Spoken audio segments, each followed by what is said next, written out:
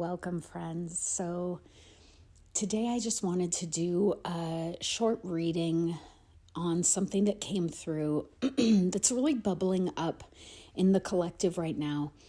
And this is especially interesting as we're witnessing sort of a shift occurring. And I'll use that word again, a bubbling up occurring of masculine and feminine energies and how they relate to one another. And a lot of what we're seeing in society is masculine and feminine energies sort of working out some tension on a third dimensional spiritual level.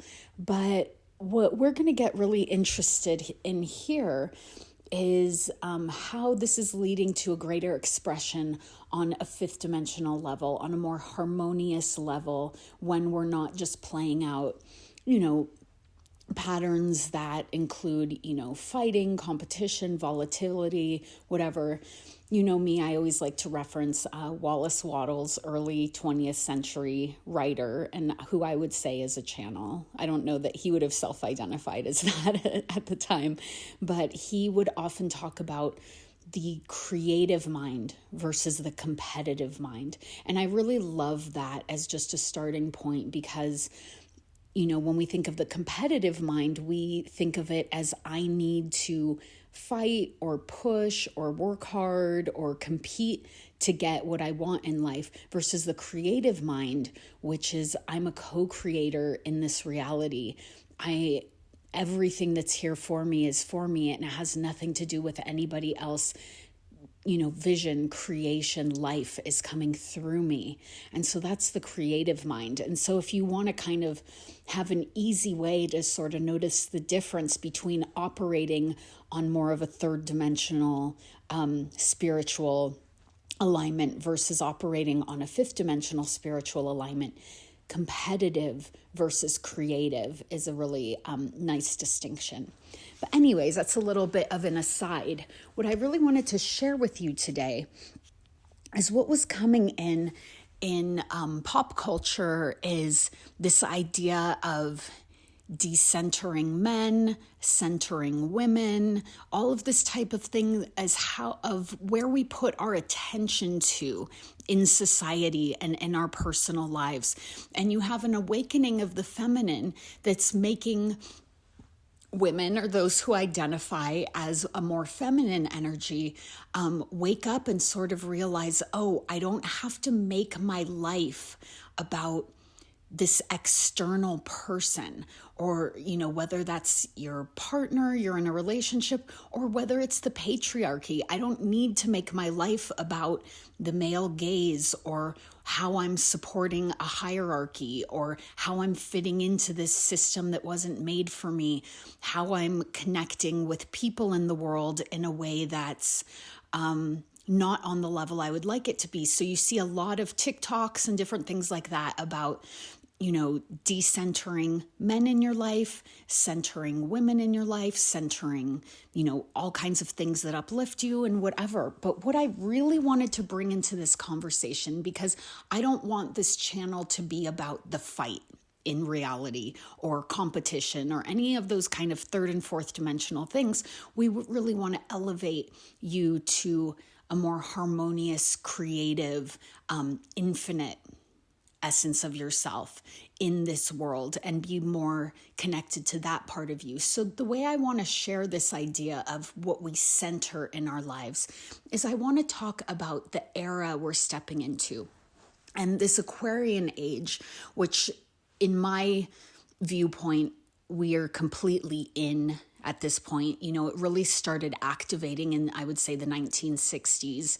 And now we're, in my viewpoint, completely in the age of Aquarius. And that age is really marked by the individual viewpoint.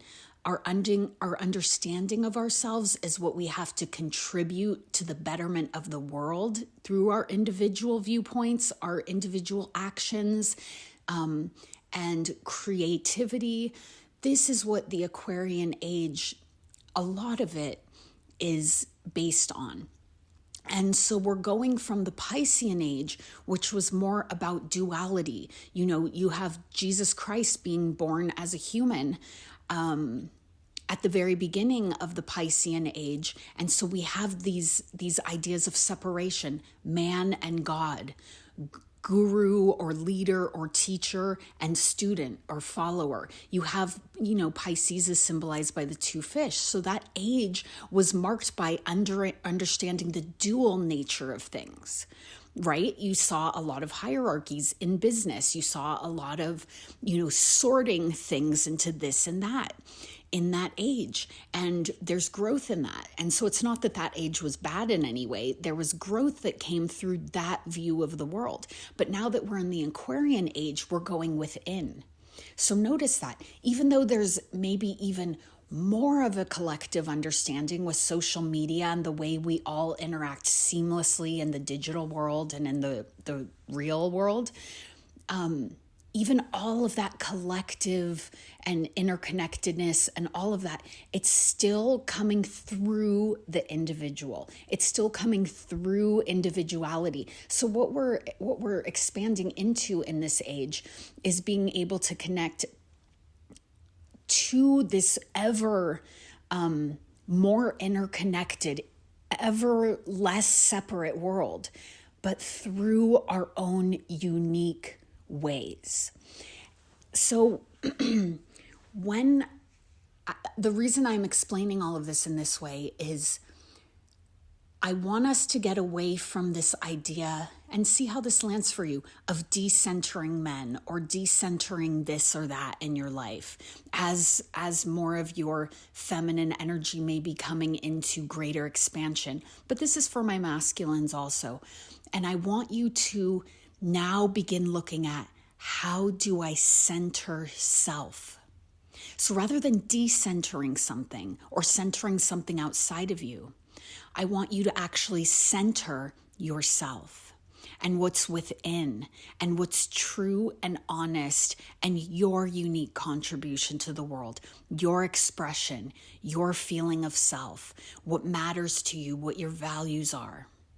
Because that, by going within and being able to be deeply connected to yourself and make yourself of utmost importance and value, you fill your cup, you get right within yourself, and now you have something to share. Because when we're all, I don't know why Spirit is giving me this word, but they're saying when you're all wiggledy-piggledy, I don't know that I've ever heard that before, but when you're all wiggledy-piggledy within yourself, when there's no, solidity of values and self-expression and viewpoint, and this is who I am, it's very difficult to make a strong impact on the world. We need to find that self-centering first, and then we can create more. And I'm going to say more about this in a future video, but I just want to see how that lands with you. So please feel free to share in the comments. And as I always say, your comments on this YouTube channel, it's your prayer.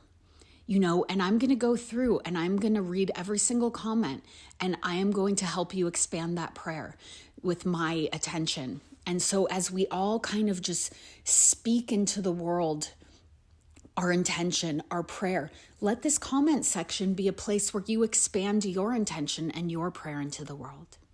All right. I love you very much. Talk to you soon.